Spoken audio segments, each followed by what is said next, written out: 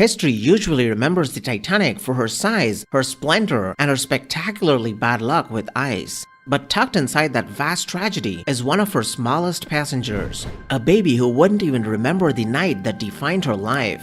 Millvina Dean boarded the Titanic at just 9 weeks old, too young to know she was stepping into history, and lived long enough to become its final living link. This is a story where survival begins in a lifeboat blanket and where the smallest passenger outlived the loudest legend. The Titanic sank in 1912, but Millvina's quiet connection to the ocean liner lasted nearly a century.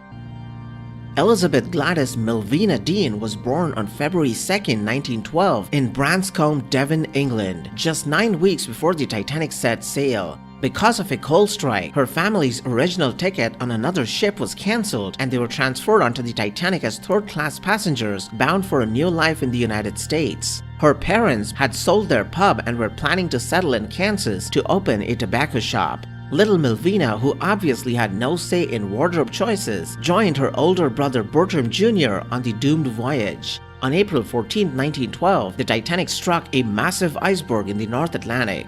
The collision buckled the hull and led to one of the deadliest maritime disasters in history. Most of the ship's crew and passengers, particularly third-class passengers, never made it off the vessel. Millvina's father felt the impact, investigated, and then rushed back to help his family get ready for the deck.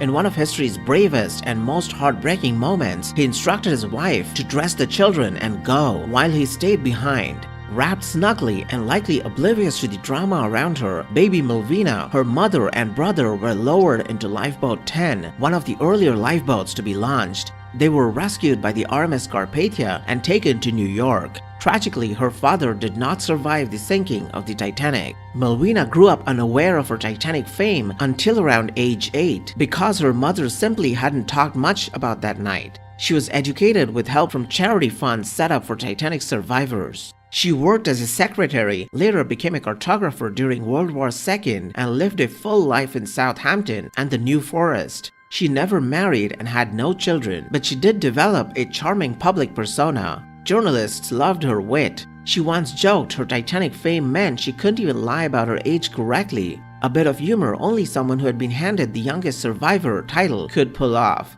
After the Titanic wreck was found in 1985, interest in Millvina soared. She attended conventions, exhibitions, and even revisited the United States decades after the voyage her family never completed. Yet she was outspoken. She refused to watch James Cameron's Titanic because it dramatized a tragedy that cost her father his life. She also once criticized a Doctor Who episode for turning the tragedy into entertainment. She deemed the episode, which featured a spaceship named Titanic, disrespectful to the memory of her father and others who died in the disaster. Millvina became the last surviving Titanic passenger in 2007 after the death of the previous survivor, Barbara West Dainton. Millvina passed away on May 31, 2009 at age 97, coincidentally the 98th anniversary of Titanic's launch. Her ashes were scattered at Southampton docks, where her incredible and unlikely journey began. Millvina Dean became known as the baby wrapped in blankets in a lifeboat who lived through world wars, mapped maps, met admirers, and carried a connection to one of history's most poignant tragedies until the 21st century. Thank you for watching the video. Like the video and subscribe to the channel for more.